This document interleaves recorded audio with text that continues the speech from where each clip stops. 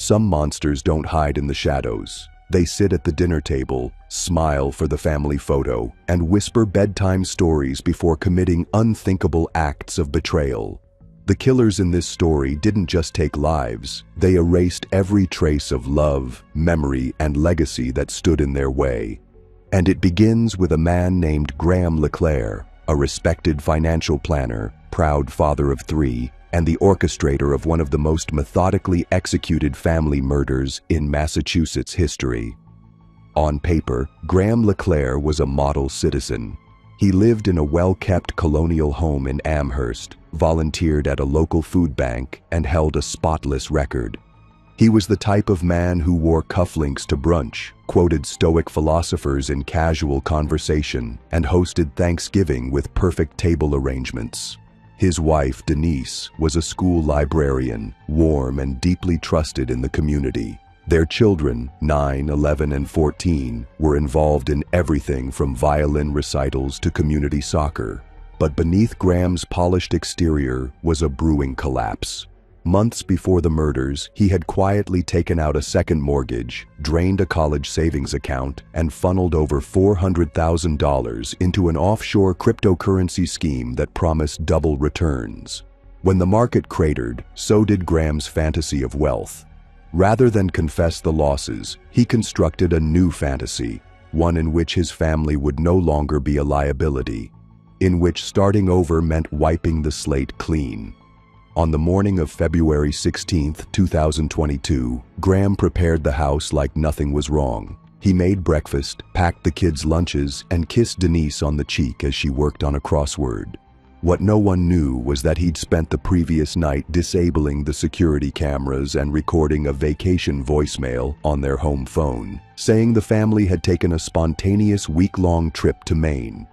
At 10:32 a.m., he drugged Denise's coffee with a fast-acting sedative, then smothered her with a pillow as she began to lose consciousness. He wrapped her body in a shower curtain and placed it in the garage freezer.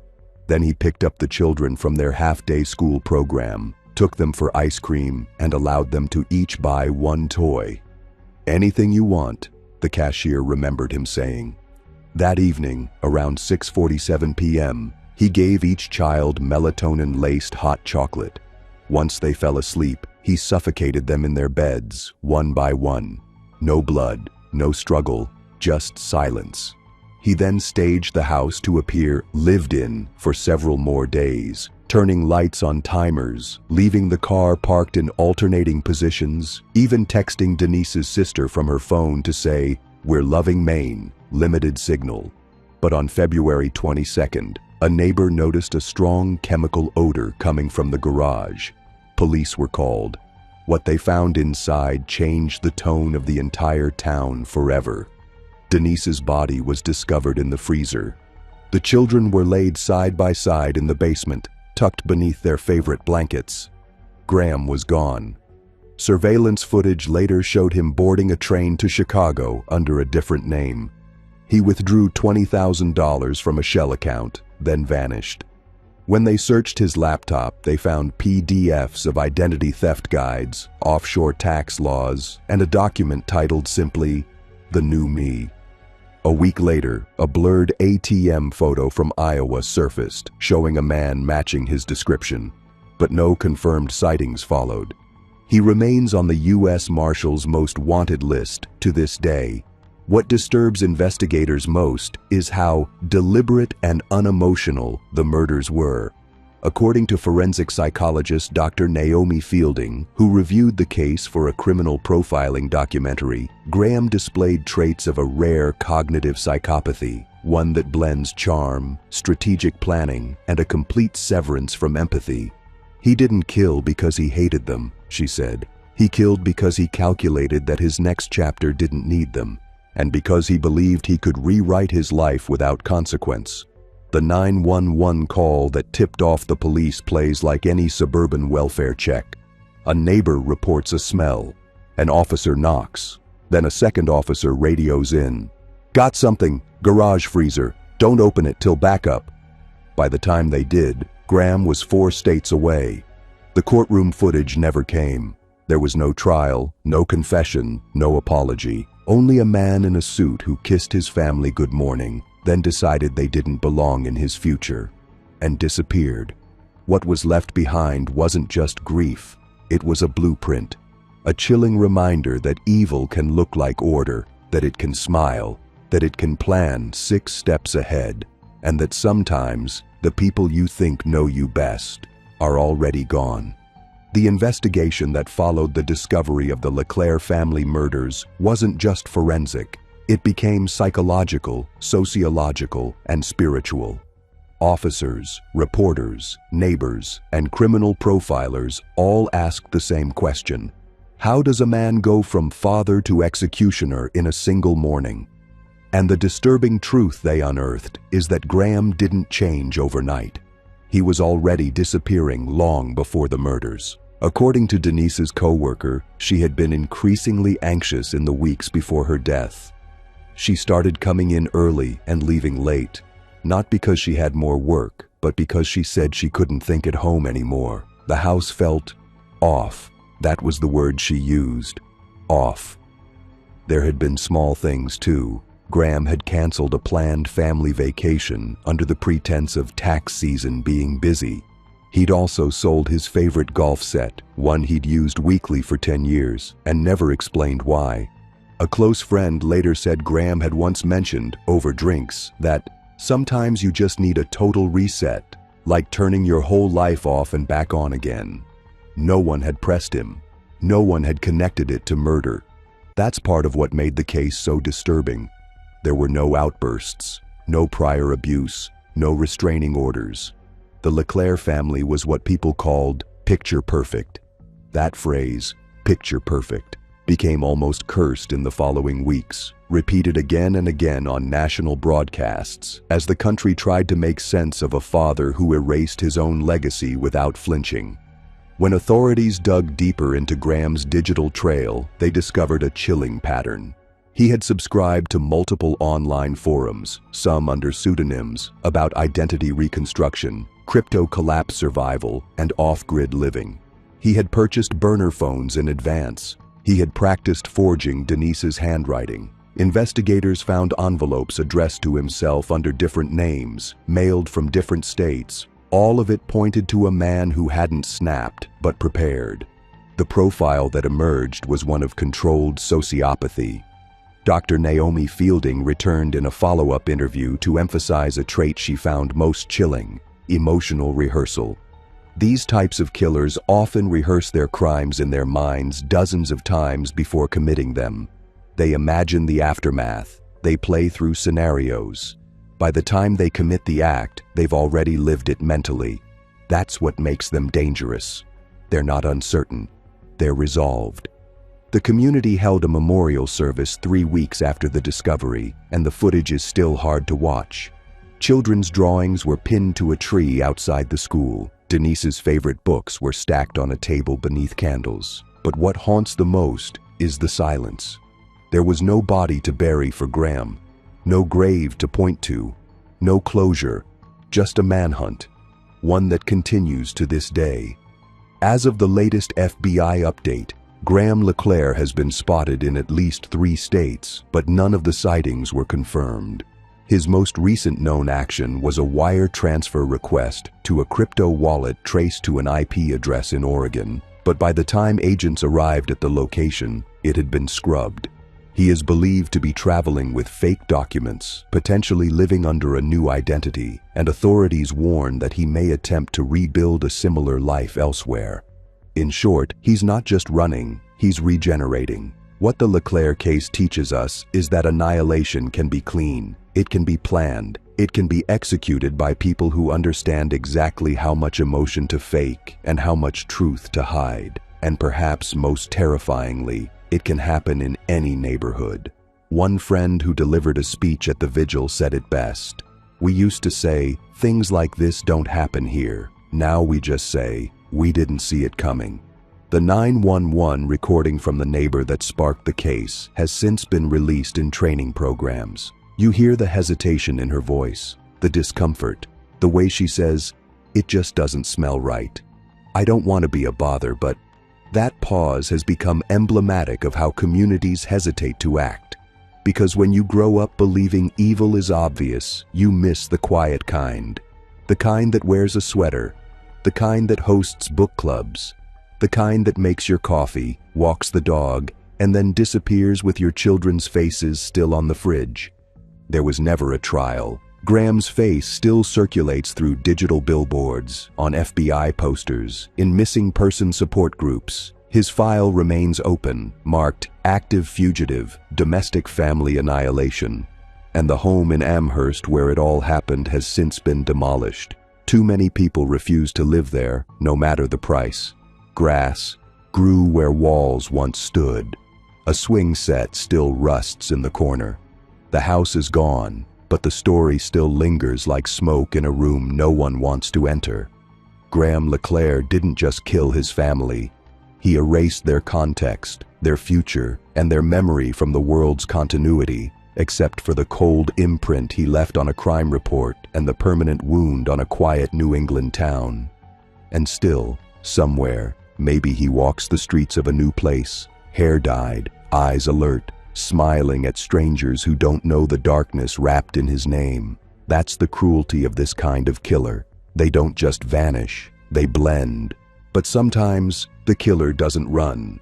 Sometimes, they sit calmly on the front porch and wait for the flashing lights. There's no freezer to hide the bodies in, no escape plan, no false identity, just silence, blood, and a broken smile. That's how it was with Darius Belton. A name that became synonymous with control gone rotten. He wasn't a fugitive. He didn't flee. He murdered his wife and children in cold blood, then called the police and waited. Legs crossed, hands trembling, staring out at the morning sun like it was any other Thursday. Darius was 44, a former Marine turned church counselor. He ran men's groups on discipline, accountability, and godly leadership. His wife, Marissa, was a neonatal nurse. They had 4 children, ages 17 to 5, and a marriage that looked from the outside like a carefully built temple. The truth was closer to a pressure cooker. According to court records and later psychiatric evaluations, Darius had been unraveling for years. He was a perfectionist with a martyr complex, obsessed with appearances, duty, and spiritual warfare. But behind the scripture quotes and pressed suits was a man slowly drowning in debt, paranoia, and an identity crisis he refused to show anyone. When COVID-19 hit, his men's group collapsed. Donations dried up. He stopped going to church, citing false teachings. He started keeping his children home from school and told neighbors it was because they're safer away from the world. By early 2022, he'd stopped sleeping more than 3 hours a night. Marissa's co-workers said she came to work with bruises hidden under foundation and quiet tears she never explained. On the night of April 3rd, 2022, everything broke. Sometime after 2 a.m., Darius took his .45 caliber handgun from a drawer he kept beneath the floorboards. He walked into the master bedroom and shot Marissa twice in the head while she slept. Then he moved down the hallway, one room at a time. Each child killed the same way, no struggle, no sound. The youngest, Jamal, was found with a teddy bear still clutched in his hands. When police arrived at 4:18 a.m., responding to a 911 call made by Darius himself, they found him sitting outside on the porch steps, barefoot and shaking, the gun on the ground beside him. The call was released weeks later. In it, Darius breathes heavily into the phone, then says with mechanical clarity, "I've done something awful. They're all gone. I didn't want them to suffer in this world."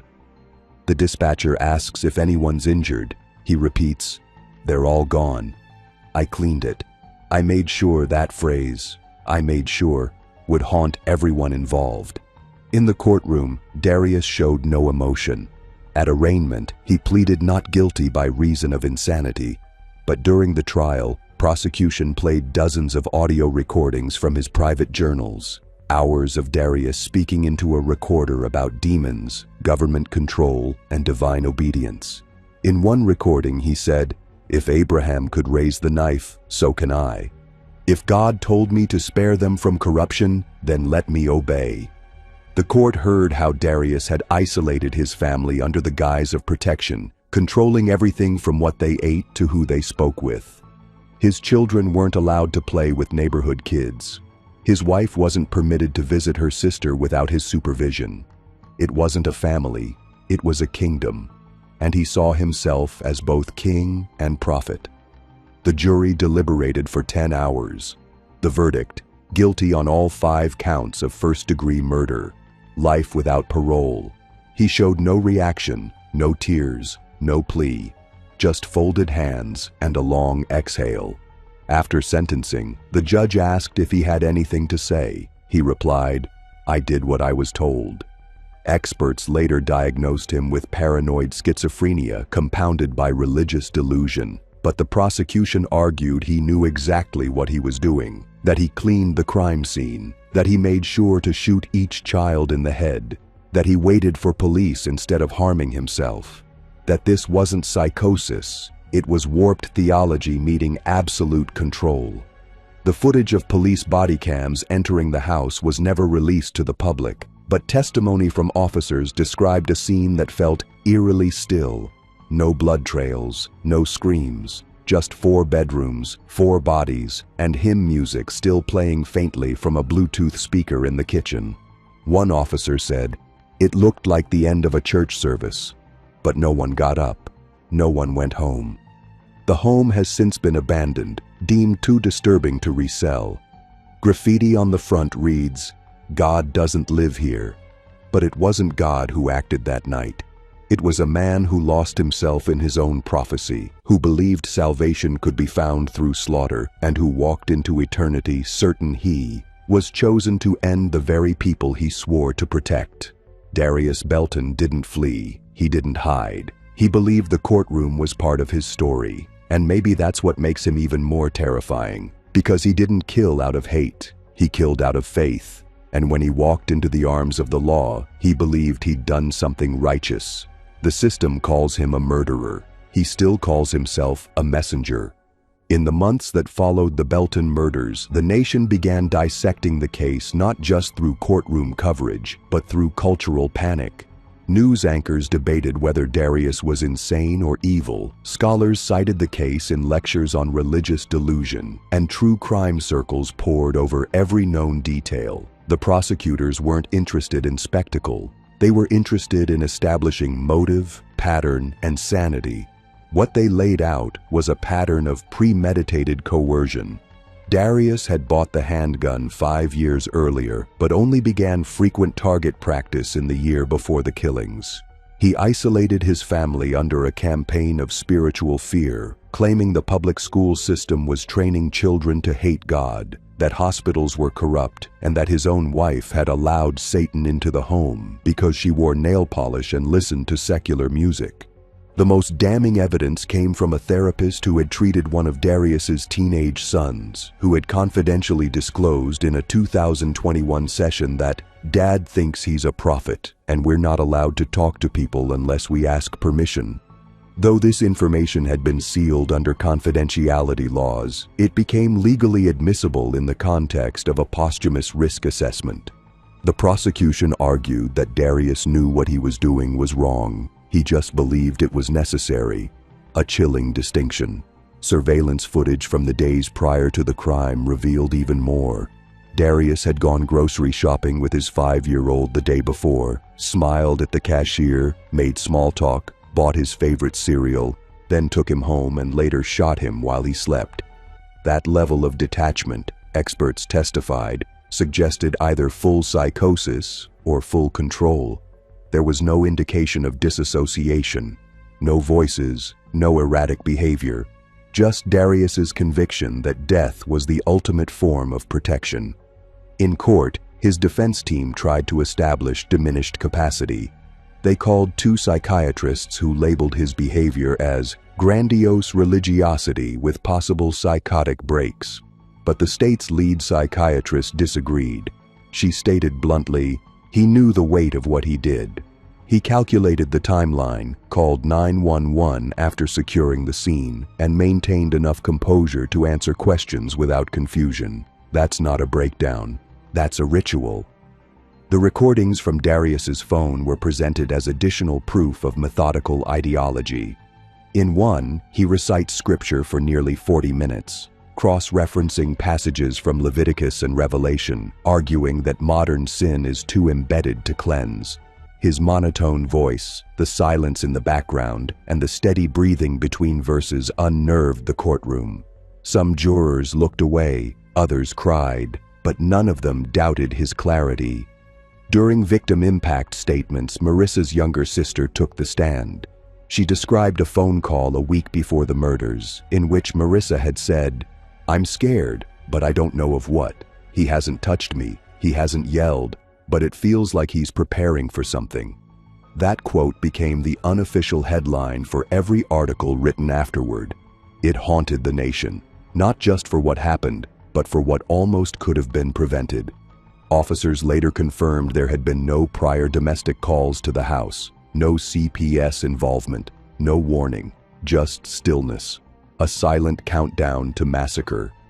At sentencing, the judge remarked that while mental illness played a role, it didn't absolve deliberate evil. Darius was given 5 consecutive life sentences without parole. He's currently housed in a special isolation wing due to threats from other inmates and the infamy of his case. No family visits, no letters, no name on the mailbox, a number, a cell, and a mind still convinced he did God's work. The home has become a ghost story in the neighborhood. Teenagers dare each other to walk past it. Parents change the subject when it comes up. The grass grows wild, and a foreclosure sign remains nailed to a tree, sun-bleached and ignored. A child once left a note at the door. It read, "I hope the angels came." But perhaps the most disturbing legacy of the Belton murders isn't what Darius did. It's how normal he looked while doing it. No one ever suspected. Not the pastor who shared meals with him. Not the co-worker who saw him at a hardware store days before. Not the school nurse who once called him a model father. That's what remains. The horror of misreading evil dressed as virtue. And as the community tried to heal, they were left with the echoes of a man who turned his faith into a weapon and his family into an altar. But the Belton case, as devastating as it was, would not be the last. Because just as one courtroom closed its doors, another opened across the country. In a different house, with different names, but the same silence. The same echo of a 911 call no one ever wants to hear. The same realization that monsters don't always live in shadows. Sometimes they tuck their children in. Sometimes they say grace. And sometimes they don't wait for the sirens. They call them themselves.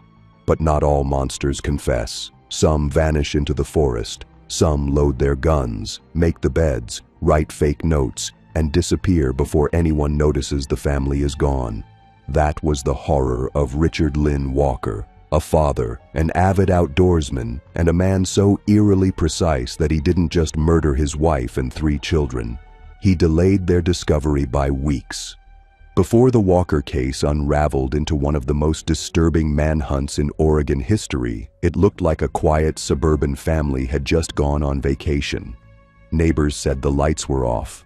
The mailbox was empty. A note taped to the door in neat handwriting read, "Gone camping. Back soon. God bless." But inside the 2-story house, past the kitchen with its untouched dishes and the living room where toys still littered the carpet, lay a different truth. All 5 family members were dead. 4 in a makeshift grave beneath the garage slab, and 1 unaccounted for. That one was Richard. Richard was 41. He worked in IT, smart, quiet, organized. He loved camping, home repairs, and vintage survival gear. His wife Candace was a librarian. Their 3 kids, ages 14, 10, and 8, were homeschooled, rarely seen outside except on Sundays when the family attended church in matching pastel outfits. But something cracked in early 2023. Candace had begun asking friends about divorce attorneys. Their oldest daughter had emailed a cousin saying her dad had become scary quiet and was teaching them emergency drills at midnight. According to later investigations, Richard believed society was on the brink of collapse. He'd been stockpiling food, fuel, and firearms in a hidden basement cache. He installed multiple deadbolts on each door. His Google history was filled with searches like "family disappears without trace" and "how long does it take for a body to decompose in concrete?" The police report later called it domestic doomsday syndrome. On June 14, 2023, all contact with the family ceased. No texts, no school updates, no emails. But it wasn't until June 28 that someone filed a missing persons report. Candace's sister, who had driven from Idaho after 2 weeks of unanswered calls. She said the house smelled weird and that the AC was on full blast. Police entered the home later that day. What they found looked normal. Too normal. Beds made, laundry folded, school books still open on the table. But the air was too cold. The silence was unnatural. Cadaver dogs hit on the garage almost instantly. The concrete looked newly patched. A forensic crew was brought in the next morning. What they uncovered beneath that slab shattered the town. 4 bodies wrapped in tarp, duct-taped, shot execution style. One child clutched a notebook. On the final page was a handwritten line. "Dad said we'd wake up in heaven." A .38 revolver was later recovered from the attic, wiped clean. But Richard was gone. No trace. Surveillance footage showed him buying supplies at a hardware store 2 days after the murders. He looked calm, wore a hat, paid in cash. His Subaru Outback was found abandoned 2 counties over, near a dense forest known for its caves and hiking trails. A nearby campsite had a burnt fire pit, an empty propane canister, and a journal. In it, Richard had written, "I did what had to be done. The world was going to eat them alive." That entry became national news. FBI agents joined the search.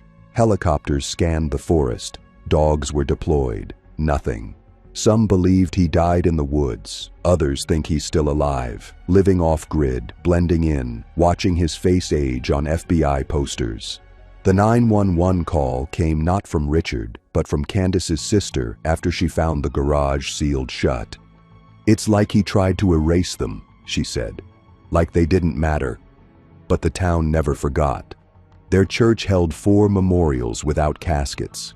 The school held a candlelight vigil where the oldest child's unfinished art project was displayed beside a note. "I miss drawing. Dad says I'll get to draw stars next." The image of that little notebook, of a child trying to believe their father's promises, still circulates online. It became a symbol of blind trust turned fatal. The FBI placed Richard Lynn Walker on their domestic fugitives list 6 months later. His face appeared on gas pumps, highway billboards, and supermarket screens across Oregon and Washington. To this day, he hasn't been caught. Tips continue to come in. Sightings at motels, at hunting lodges, in Montana bars. All unconfirmed. Some believe he never left the forest. Others are sure he's building a new identity in some rural town where no one asks too many questions. What haunts investigators most is not just the crime, but the calm, the precision, the fact that Richard prepared meals for his family the night before, the fact that he prayed with them, the fact that there were no signs of a struggle. Only one child had defensive wounds, perhaps realizing at the last second that Dad's bedtime story wasn't fiction. The courtroom never got its trial. The public never got its closure. But the garage remains sealed by court order. It is, in many ways, a crime scene frozen in time, a monument to one man's delusion and to a family who never got to leave the house. They believed him, they trusted him, they followed him into the dark, and he buried them there. Months after the FBI released Richard Walker's face to the nation, sightings turned into stories. Campers reported strange encounters with a man in tattered clothes who warned them to keep their kids out of the system. a retired ranger discovered a camouflaged survival shelter with canned food lined in obsessive order, next to a worn Bible open to Revelation. Hand-scratched verses were etched into the plywood. "Come out of her, my people, that ye be not partakers of her sins." But no fingerprints, no blood, no remains, just footprints in ash and the shape of someone long gone. The public fascination with Richard didn't fade. It twisted. He became a symbol of the kind of violence that doesn't announce itself. A man who didn't snap but planned, who didn't rage but whispered bedtime lies. And when the sheriff was asked why Richard did it, he paused and said, "I think he believed he was saving them. That's what makes it worse." But not all family killers retreat into the forest. Some kill in their homes and stay there, waiting to be found, surrounded by the echoes of what they destroyed. That was the case with Melissa Rainey, a mother of two, who smiled for the police body cam as her world lay in pieces. It happened in Macon, Georgia, just before Thanksgiving 2019. Melissa was 36, a stay-at-home mother married to a truck driver who was gone most weeks. To outsiders, she seemed attentive. Her social media was filled with crafts, lunchbox notes, and slow-motion videos of her daughters twirling in leaves. But neighbors said something changed after she survived a car crash in 2018. Her personality dulled. She stopped waving. Her curtains stayed closed. Paranoia settled in. She began telling friends that government cameras were hidden in smoke detectors, that school officials were trying to implant thoughts in her kids. No one took her seriously until her 911 call came in. The recording is one of the most chilling pieces of evidence in recent true crime history. At 2:43 a.m. on November 20th, Melissa calmly told the operator, "I had to free them. They were being watched." When asked who she was talking about, she replied, "My girls.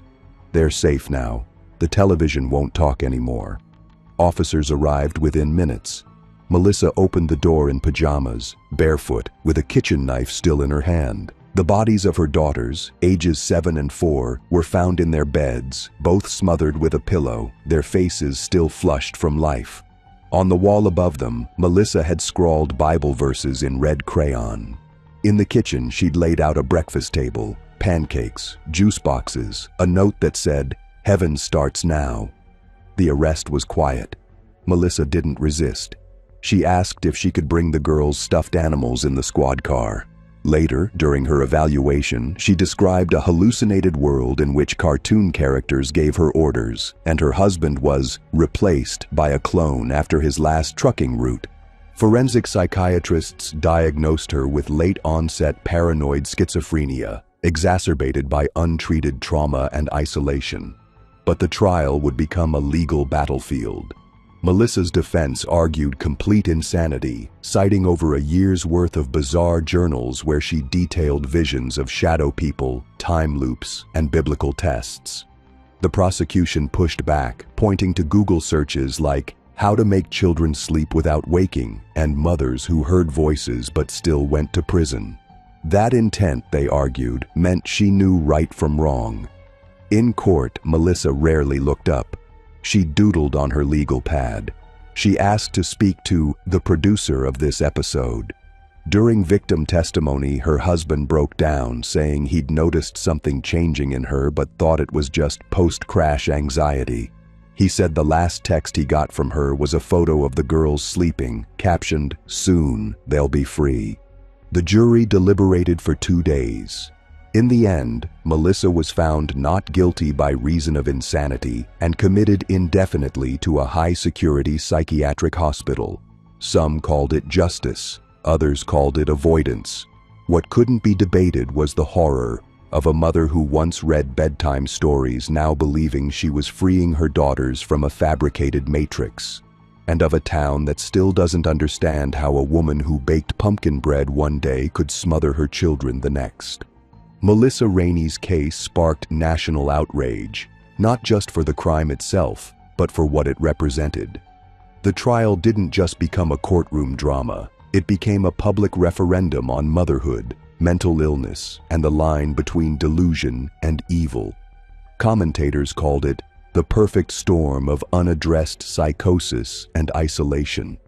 The media aired segments titled "The Monster Next Door" and "When a Mother's Mind Breaks," often showing old family videos. Melissa at a birthday party, helping her daughters blow out candles, her smile unshakably wide.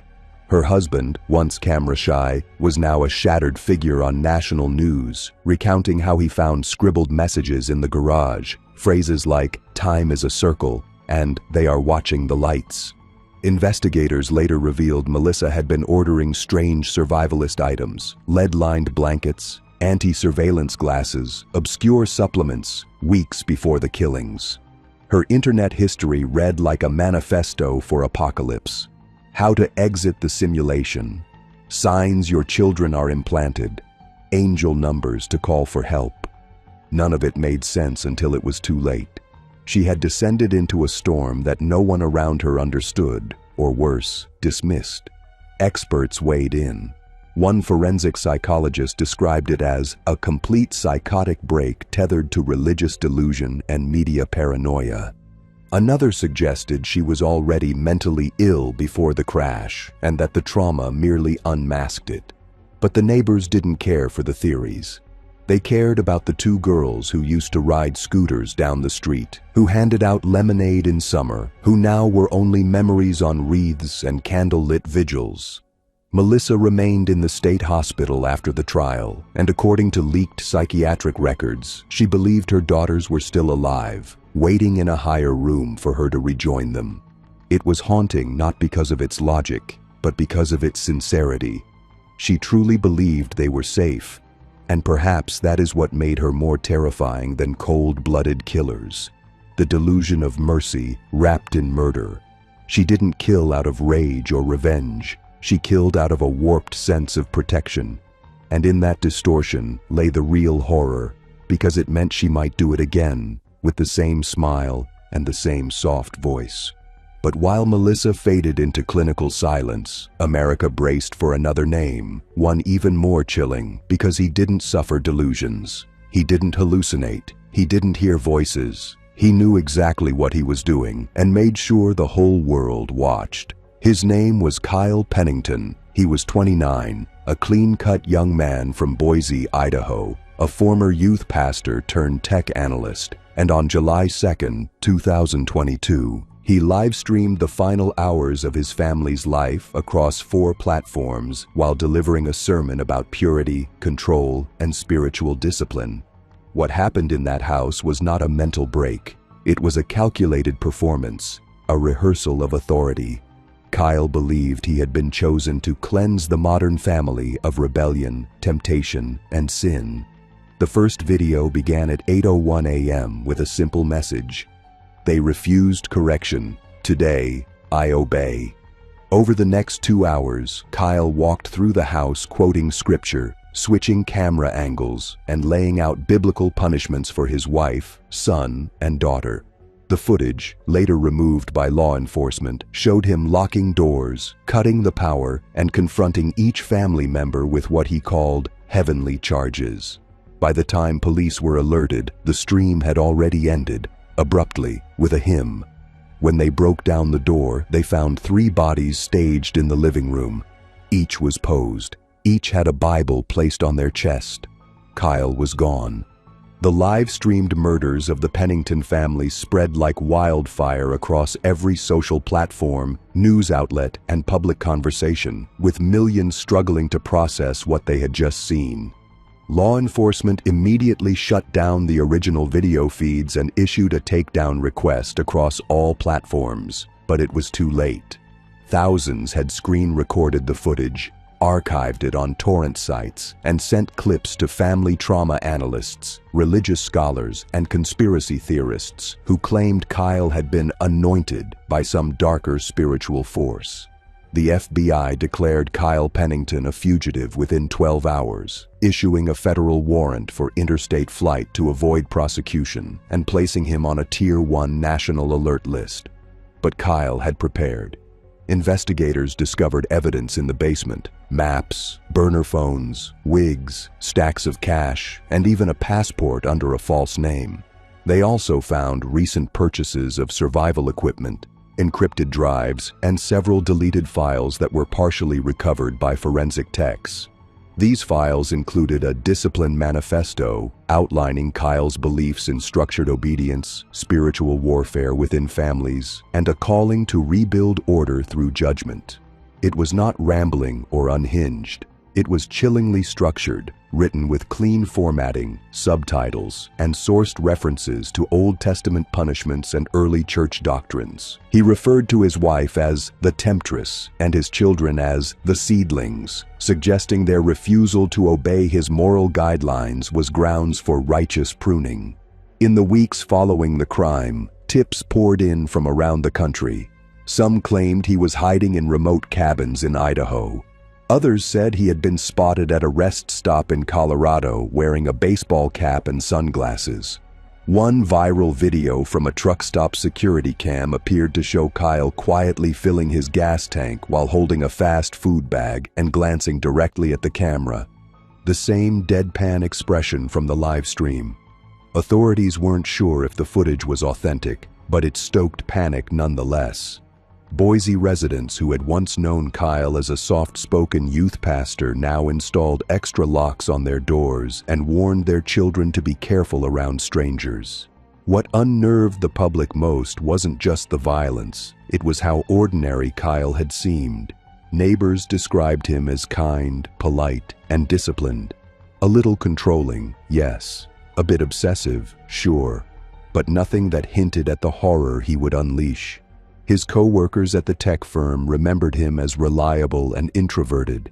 No one could recall an outburst.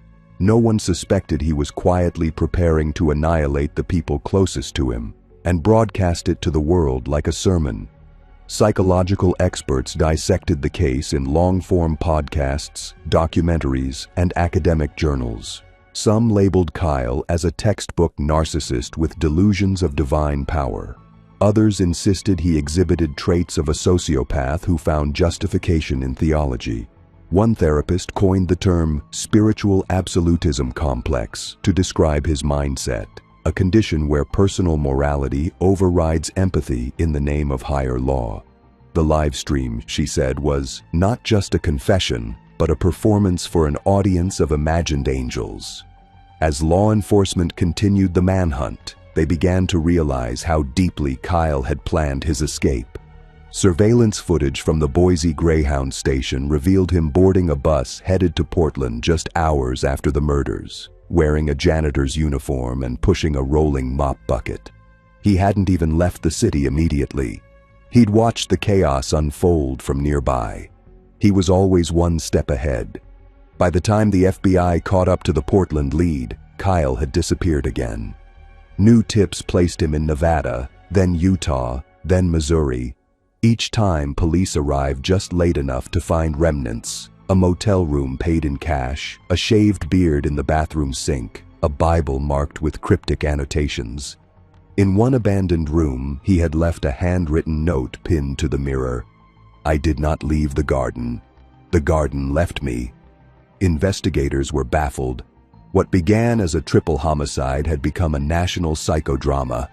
A killer on the run, a nation gripped in fear, and a digital ghost haunting every platform where his message once aired. By month 3, his face was etched into every post office wall, every FBI bulletin board, every crime channel thumbnail. A bounty of $250,000 was issued for information leading to his arrest. But still, nothing.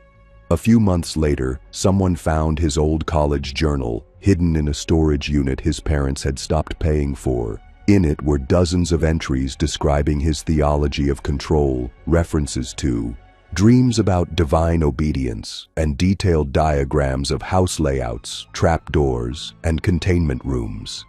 These were not idle thoughts. They were blueprints. Kyle had been planning something like this for years. In court filings that would later emerge in the family's civil case against Idaho's Department of Human Services, it was revealed that Kyle's wife had filed a silent complaint just weeks before her death, citing spiritual domination, increased surveillance, and emotional terror. But no action was taken. Authorities, bound by procedural limits and lack of physical abuse claims, did not investigate. That haunting inaction would become one of the most controversial aspects of the case. When local journalists uncovered this, they staged a televised panel with trauma counselors, domestic abuse advocates, and former cult survivors. One survivor said, "Kyle didn't snap. He recruited his own mind into a doctrine that justified what he always wanted: total control." In the absence of closure, Kyle's story took on mythic proportions. Parents invoked his name to scare their children into alertness. Schools hosted seminars on invisible abuse. Churches debated the role of theological extremism in homes. And somewhere out there, possibly in disguise, possibly living off-grid, Kyle Pennington remains a phantom, a reminder that monsters aren't always loud, unstable, or marked by madness. Sometimes they wear pressed shirts, speak in scripture, and look right into the camera before ending their family's story with a hymn.